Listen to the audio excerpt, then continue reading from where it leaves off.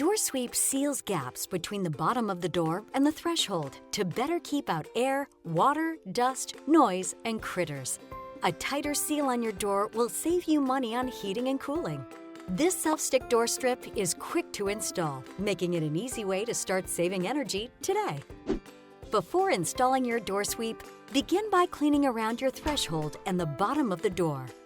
Adhesives stick better to clean, dry surfaces, so make sure that the door area is free of dust and debris.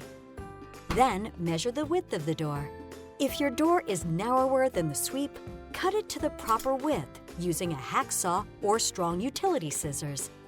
Align the door sweep on the outside face of your exterior door so that it just contacts the bevel on the threshold, the tapered wood at the bottom of the entryway.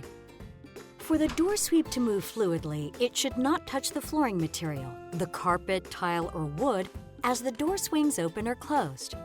Before you apply, close your door firmly. Now, hold the door sweep in position, checking that it's level. If you want to be exact, you can hold the door sweep to the door and draw a line just over the top of the door sweep. Take off the paper backing of the adhesive strip and line up the sweep with your pencil mark.